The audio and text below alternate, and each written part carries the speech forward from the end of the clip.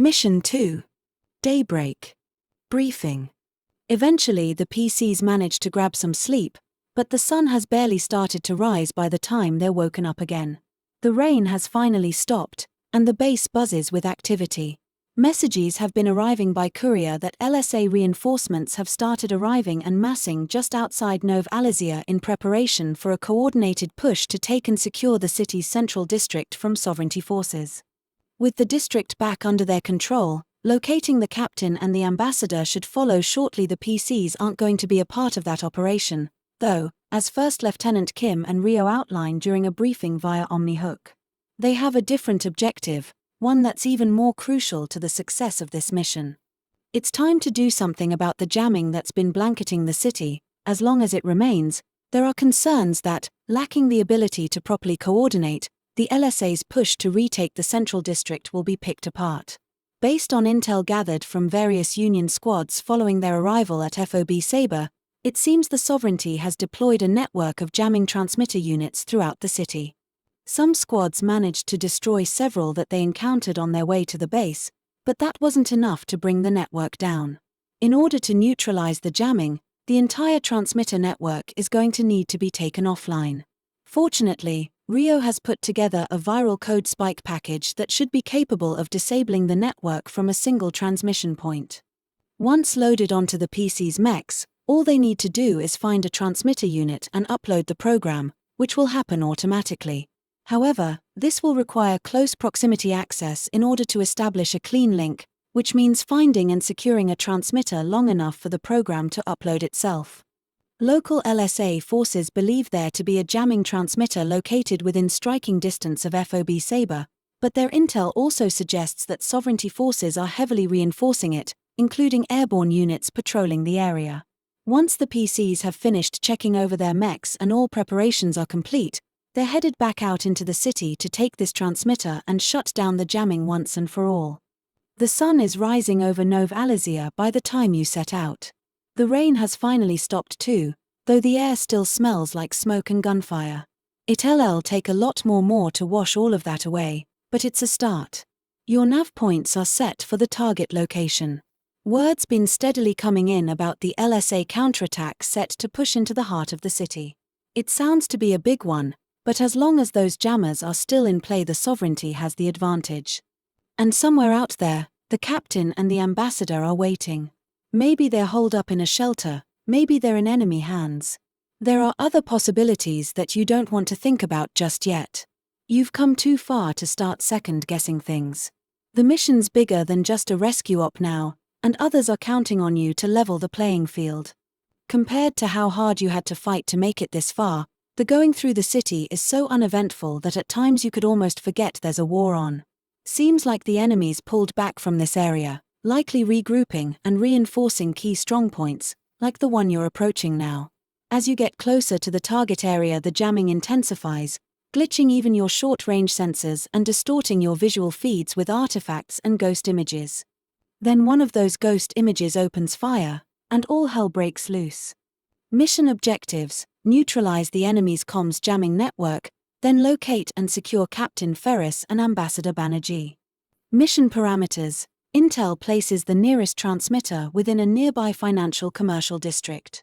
The area is densely packed with tall buildings, and there are reports that the Western Sovereignty has begun to deploy air assets in defense of its strongpoints throughout the city.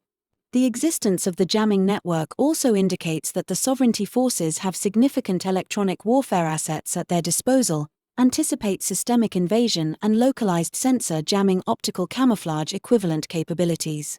Stakes: if the players fail to neutralize the enemy jamming network on schedule, the LSA advance into Nov Alizia's central district will face heavy resistance, incurring serious casualties which may hinder their ability to retake the city effectively. Should they then fail to locate and secure Captain Ferris and Ambassador Banerjee, it will likely result in them being taken prisoner or even killed. Reward: following this mission, the PC's actions will be recognized, earning them a promotion to LL2. Mission success may also grant them access to additional prototype exotic gear that they can then utilize during future missions to come. Reserves: Check any reserves that the PCs might be bringing with them that they acquired on during the events of downtime, FOB Sabre. This includes any exotic gear they acquired during that time. Ensure the PCs are satisfied with the distribution of all reserves and gear before the mission begins. Combat 4. Clear the air. Details. The PCs begin in the Player Deployment Zone, PDZ, along the bottom of the map, and the NPCs begin in the Enemy Deployment Zone, EDZ, along the Ttrpg. Some NPCs may be held in reserve as reinforcements if you wish, entering play at the start of any round from the EDZ. Between the two forces are 4 objective zones, OZs. This combat takes place in an area dominated by tall buildings that can be climbed or ascended using flight systems. The PC's primary objective in this combat is to secure control of the area by scoring as many points as possible. Points are scored by holding the 4 OZs. At the end of each round, each side scores 1 point for each ounce that contains only units from its side, with an additional +1 point if they control all 4 zones. If characters from both sides occupy an ounce, it is contested and neither side scores a point. This combat lasts for 6 rounds, with final scores tallied at the end. GM tips. This encounter introduces several important NPC concepts, beginning with dedicated tech attackers. The Mirage, and which are powerful support and control units whose tech attacks can disrupt opponents while also applying heat to them, making it more risky for PCs to use weapons, systems, or abilities that cost heat and pushing them closer to taking reactor stress. Remember that tech attacks still require line of sight, but they ignore all cover penalties. The Witch has a number of potent abilities at its disposal, including blind and predatory logic. However, keep in mind that predatory logic can't be used to fire super heavy weapons, as those require the use of the barrage action unless specified otherwise. Additionally, its chain ability is useful for making it harder for the PCs to move across the map towards the OZs. The Mirage, by contrast, focuses more on helping its allies reposition thanks to its sensor glitching teleport abilities, which let it shuffle other NPCs around the MAR page. The most notable of these allies is the slow but hard-hitting Demolisher. The Demolisher is slow to maneuver, but very hard to dislodge from objectives thanks to its large size and heavy frame trait, and its demolition hammer hits extremely hard. The Mirage can reposition the Demolisher to where it can do the most damage, as teleportation isn't affected by heavy frame, including right into the middle of the PCs, who may be unprepared for it to close the distance so quickly. The Mirage's Data Veil makes it, or another NPC it transfers the ability to, permanently invisible. If the Mirage gives Data Veil to an ally, it becomes significantly more vulnerable itself, which can provide the PCs with an opportunity to take it down, so care should be taken when choosing who should benefit from this potent defensive ability. This combat also introduces flying NPCs. The ACE is a fast and hard-to-hit aerial striker that can go wherever it needs to, launching missiles and dropping bombs on targets below. Despite its low HP, its high evasion and barrel roll ability can make it difficult to shoot down. That said, if the PCs lack any significant ranged damage capabilities, if they're more equipped for CQB and melee, for example, you may wish to swap out the ACE for an assault, micro-missile barrage, to prevent frustration at being unable to reach it from the ground. There are 2 other new NPCs introduced in this fight, the Assassin and the Breacher. While the Assassin isn't capable of the same degree of flight as the ACE, its KAI bioplating trait makes it incredibly maneuverable, capable of climbing at full speed and leaping over gaps with ease, which gives it an advantage in encounters featuring vertical terrain and pitfalls that other units would struggle to navigate. Leap does grant it flight, if only in short bursts, and its heated blade not only gains increased damage when it targets enemies it knocks prone itself, but also when used against enemies that have been stunned by the Demolisher. Spinning Kick can also be used to force PCs away from control zones or off of rooftops. Remember that once the Assassin's Mark trait is used on someone that it can't be reapplied until that marked target is destroyed, so choose it with care. The Breacher, meanwhile, doesn't fly but instead smashes through obstructions, meaning it can take unexpected flanking paths through the buildings and cover throughout the MAR page. Its dual shotguns are inaccurate but hard-hitting, benefiting when they target prone enemies and those with lower evasion. Breach Ram allows it to move through obstructions and knock characters prone, augmented by superior RAM, but with its strict recharge limit you should plan around only being able to use it infrequently. Its follow accountability allows it to mark a specific target, gaining additional mobility towards them as well as greater accuracy with its attacks against them, compensating for the dual shotgun's inherent inaccuracy. Something to note here, for the purpose of Ttrps, is that while drones count as characters for various effects and abilities, they do not contest objectives such as OZs. This means that players can't use turret drones or similar systems to contest or hold zones. An actual mech, vehicle, or person is required to successfully control or contest a zone. Outcome: PC victory. If the PCs have the highest score at the end of the 6th round, or are tied, they successfully hold the area long enough for Rio's code spike to upload itself to the transmitter. Within moments, the viral payload spreads throughout the network, disabling it and finally lifting the jamming signal across Nova Alizia. Analysis of both the jamming transmitters and the downed Sovereignty E-War rigs gives one PC a hastily compiled wideband spoofing program that can be activated to blind enemy sensors. As a protocol, they or an allied character of their choice becomes invisible until the end of that character's next turn. This program can be used once before burning out. PC defeat. Failure is not an option here. Without those jammers taken offline, any push on the central district is bound to grind to a standstill, and with every passing hour the chances of recovering the ambassador and the captain grow less likely. Pinged down by enemy fire, the PCs have one last shot at uploading the program before they're forced to retreat, but to do so one of them will have to spend their core power in order to force the broadcast through.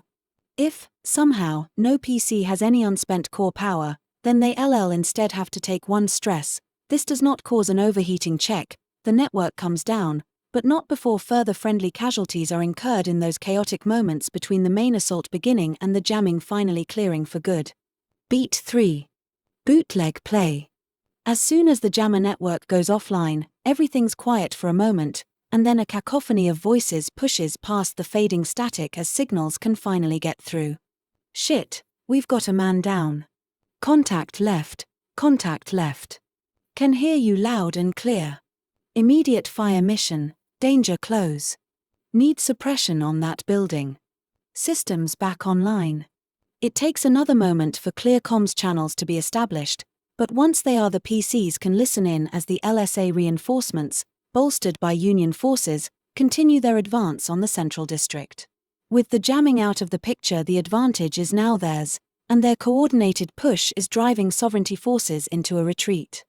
From here, the PCs receive orders from the Rio Grande to rendezvous with the main fighting force, but they don't have a chance to travel far before an unfamiliar voice cuts in over comms. This is Sergeant Callas to Union Command Vessel. My squad has just secured the Hall of Consuls and we have no sign of either principal here. We're checking with all defense shelters in the area to see if they were evacuated to one of them, but so far we've heard nothing.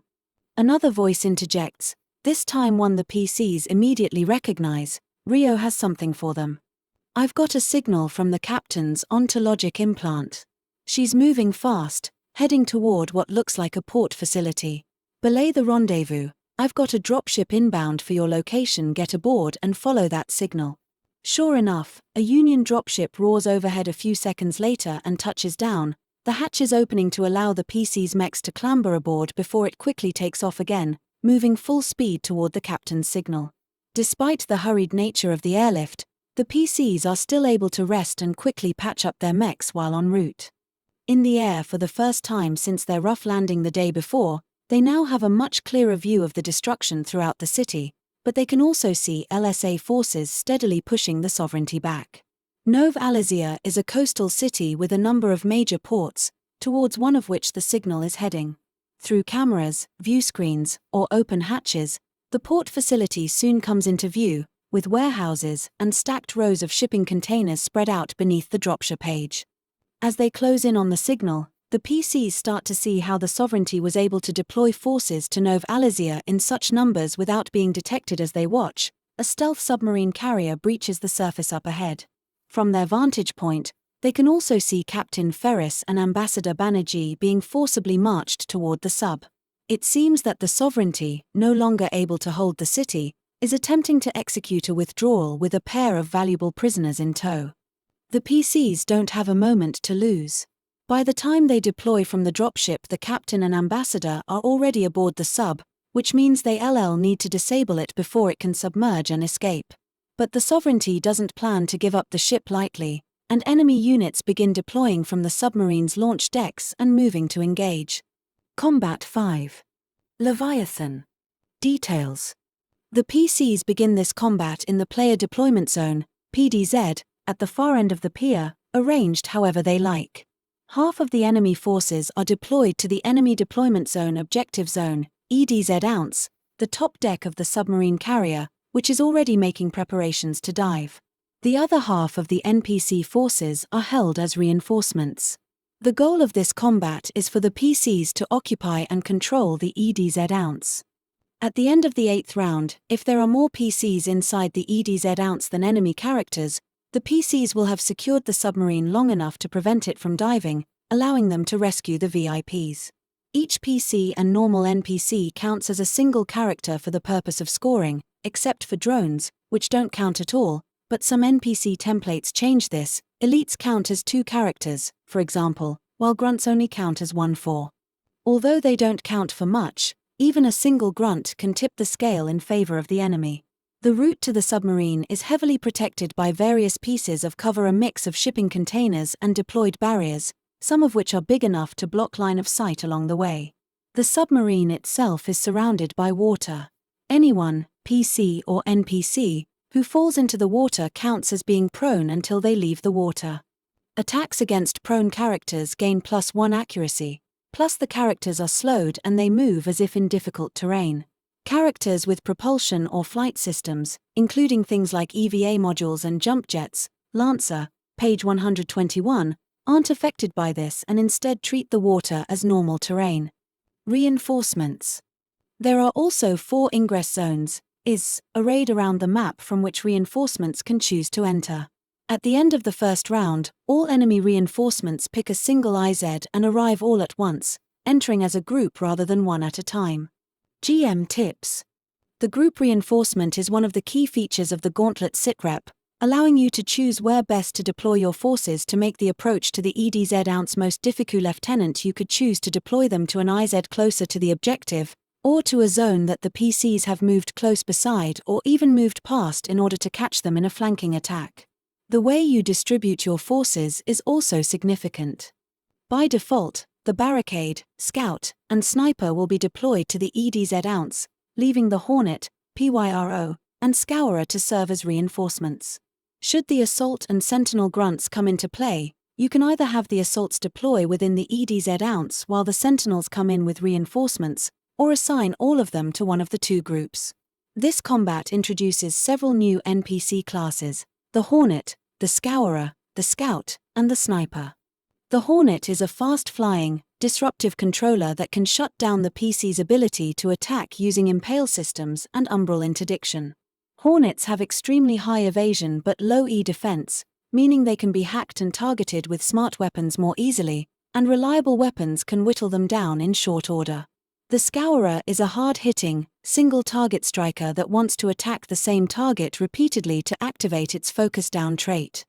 Its weapon gives itself heat and it overheats easily, though its cooling module can help with that if it's allowed to remain in place without moving. Remember that regular NPCs won't melt down if pushed past their heat cap, they simply become exposed until they stabilize. This means a Scourer can continue to act and even attack when above its heat cap, though it take double damage from most attacks. The Scout and Sniper work well as both solo operators and together as a team. The Scout is a support role NPC whose marker rifle deals no damage but gives targets lock-on, denies them the benefits of invisible or hidden, and forces them to become shredded as long as they have lock-on. Shredded characters don't benefit from armor or resistance, such as that granted by Brace, which means the Sniper's anti-material rifle will be able to deal its full damage on a hit. The Scout also has Dart Avail, similar to the Mirage from the last combat, allowing it to give itself or allies invisible, and has a powerful orbital bombardment ability with which it can target the battlefield, in this case, directing missiles launched from the submarine. The Sniper has a potent Sniper's Mark that allows it to deal structure damage directly and which can't be reduced or resisted at all. Moving target allows the sniper to wait to fire its weapon until someone moves, daring PCs to approach it, or if its rifle is unloaded it can reload it for free instead. Shroud charge allows the sniper to blanket an area in a concealing cloud that blocks line of sight into or out of the area for all characters except the sniper itself, protecting itself and nearby allies while allowing it to freely shoot at targets while the cloud lasts, a potent combination with moving target. Outcome: PC victory. If there are more PCs in the EDZ ounce than NPCs at the end of the 8th round, they will have secured the submarine. There are several possible outcomes depending on whether or not you want to continue exploring the narrative of Chrysidium and the Vestan sovereignty or simply treat this set of missions as something more self-contained. If you want to wrap things up more conclusively, then the PCs halt the submarine's departure and are able to successfully extract both Captain Ferris and Ambassador Banerjee. If you want to leave things more open-ended for further missions on Chrysidium, you might instead choose to have the PCs successfully rescue one of the two, while the other is evacuated ahead of the PCs on an underwater escape shuttle along with several of the submarine's command staff. PC defeat. If the PCs fail to secure the submarine in time, then it dives beneath the water with both the captain and the ambassador aboard. Even with the jammers neutralized, the submarine's stealth capabilities are enough to allow it to swiftly vanish from sensors as it retreats with its prisoners in tow. Where things go from here are up to you. Beat 4. Nemesis Pyre. The PCs only get a brief respite, but they should still be given the opportunity to rest and repair their mechs. Running multiple combats in a row without a rest is something that should usually only be done if the players are aware that it's likely to occur in advance. With the submarine having been dealt with, or having fled, all that's left for the PCs to do now is await their own extraction. One way or another, the tide in Nova Alysia has turned, in no small part thanks to their actions. It's only natural, then, that those actions have earned them unwanted and hostile attention. As the dropship that ferried the PCs here circles back to pick them up at a suitable landing zone not too far from the pier, a searing beam of light splits the air beside the PCs and lances through buildings and shipping containers without pause, carving a glowing, molten path in its wake. The detonation of several ruptured fuel tanks sends enormous fireballs into the sky, and the dropship veers off sharply to avoid both the explosions and whatever it was that caused them. The extracted VIPs, should they have been rescued during the last encounter, run to cover before the spreading fire cuts them off from the PCs. Through the flames and heat haze shimmering above flash molten metal, you catch a brief glimpse of a mech just as it disappears with a crack of displaced air, reappearing elsewhere a second later. The design is clearly Vestan, but it looks more advanced than the others you've faced so far, sleek, menacing, and bristling with weapons. As the mech stares you down, you hear a cold voice crackle over your comms. Your interference ends now. Burn it all down, the voice says as more hostile contacts move into position, fire beginning to spread across the docks, no survivors. Combat 6. Wake the Furies. Details. The PCs begin this final battle of the mission in the Player Deployment Zone, PDZ, while the enemy mechs deploy anywhere within the Enemy Deployment Zone, EDZ. There are also 4 ingress zones, similar to the last combat, from which enemy reinforcements enter throughout the course of this fight. Should the PCs scan the operator, they can choose to discover some information about its pilot, Colonel Sorvan Kiros of Vestan Special Operations Unit 33, also known as the Furies.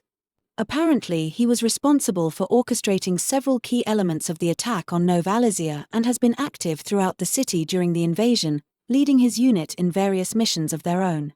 Files pulled from his systems also make repeated references to something called Tartarus.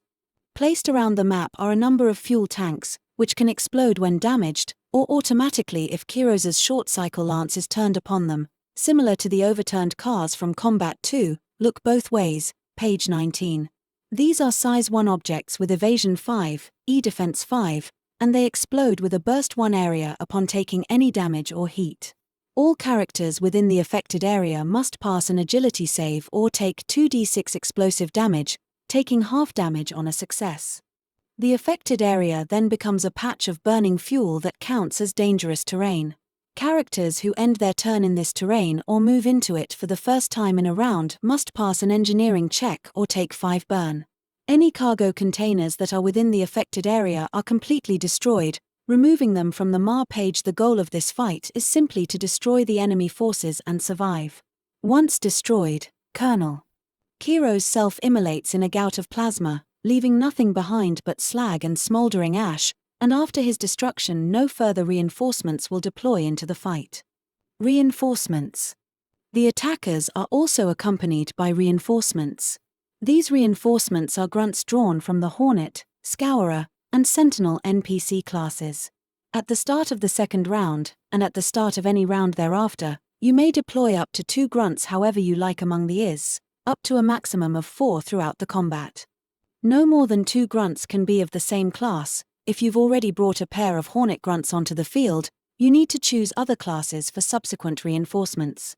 GM tips. This encounter introduces the Ultra template, a powerful upgrade that can turn a single NPC into a significant threat all on its own. Ultras have significantly more structure and stress than even elites or veterans, being on par with PC mechs in terms of resilience, and they have a wide variety of additional capabilities and optional systems at their disposal. Like elites, Ultras take additional turns each round, 2 turns per round by default, increasing to 3 per round when fighting 5+ PCs. They also regain expended reactions each turn, automatically clear conditions from themselves, and more. Ultras tend to form the centerpieces of battles, though they benefit from having allies who can assist them and draw fire away from them as needed. The Operator, Colonel Kiros's class, is a highly mobile enemy type that utilizes precision weapons from a distance. Unlike the sniper, the Operator likes to remain mobile and has several ways to teleport across the battlefield in order to line up advantageous shots with its Raptor plasma rifle. Teleportation doesn't require line of sight, which allows the Operator to relocate behind obstructions that block line of sight in order to kite enemies, and its Nova missiles have seeking, which allows it to attack while ignoring line of sight itself. The Operator can also perform a powerful barrage using both its plasma rifle and missiles together if it happens to have its targets lined up where it wants them. One of the Ultra options carried by Colonel Kiros is the devastating short-cycle lance, a system that can annihilate objects and deal structure damage to any PCs unfortunate enough to be caught in its path. A number of scattered shipping containers line the map, and while these are too large for the lance to annihilate completely, it will carve holes through them, which can open up new sightlines and passages. Limitless allows Kiros to overcharge and take additional actions during his turn as well, though it does risk getting closer to his heat cap with every use. Outcome: PC victory. With Colonel Kiros and his lieutenants defeated, the remaining Vestan strike forces retreat or surrender. Rescue teams are able to clear a path through the raging fire, and the PCs are finally able to safely extract aboard a dropship along with those they rescued. In addition to any files they pulled from Colonel Kiros's mech prior to its self-destruction, combat data gathered during the fight concerning its weapon systems are flagged for further analysis, and following rapid prototyping, one of the PCs is selected to participate in field testing of a chassis-portable miniaturized Linac coherent beam cannon, granted as a piece of exotic gear. PC defeat. If the players rescued Captain Ferris and Ambassador Banerjee during the last beat, then defeat here means that they're lost. This could mean that they've been killed, or it could mean that Colonel Kiros has recaptured them once more. In either case, the PCs have failed to secure the VIPs. The PCs themselves are also in danger of being killed until timely reinforcements arrive, dropships flying overhead and strafing the Vestan mechs with gunfire. With a parting look, Kiros and his men retreat into the flames and vanish from sight. Rescue teams clear a path through the fire shortly thereafter to pull out whoever remains. VSAF EX-101 Nemesis, Operator NPC. Little is known about the EX-101 Nemesis, a next-generation Vestan chassis incorporating advanced technology and weapons systems.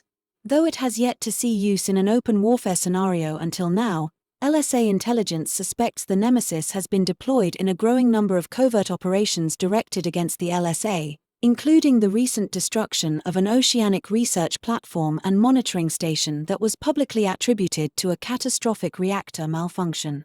What is known from intel reports and forensic reconstruct tie-on is that the Nemesis appears to possess some sort of stealth and/or non-real space drive system as well as powerful directed energy weaponry, though given its role it seems likely that its exact loadout is customizable. No further information is known at this time. After action report. Operation Solstice Rain. With the jammers neutralized and LSA reinforcements continuing to push sovereignty forces out of the city, the Battle of Nov Alizia soon comes to an end. Sporadic pockets of sovereignty resistance left behind during the retreat will be mopped up in the days to come. For now the battle is over, though what has happened here may simply be the opening salvo in a much greater war. Whether the PCs ultimately succeeded or failed in their mission, they've gone through a trial by fire and come out the other side largely intact, an impressive first outing for any untested squad of pilots. War is never bloodless, nor is it kind, and sometimes survival is the best anyone can hope for. In the aftermath will come medical treatment, debriefings, and well-earned sleep, along with celebration and congratulations if the mission was a success or solemn drinks and commiserations if it wasn't. Deservedly or not, the outcome of a mission such as this will influence how others view the PCs, and may very well plant the seeds of future reputations and rivalries. Regardless of the outcome, the PCs are granted another full repair and another LL, bringing them to LL2. This is the first level at which they can unlock manufacturer-specific frames other than those offered by GMS, giving them access to more specialized mechs with new sets of traits and core powers.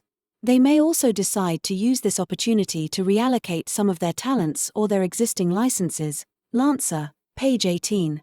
What comes next? Operation Solstice Rain ends here, but that doesn't necessarily mean that the PC's time on Cressidium has to end with it.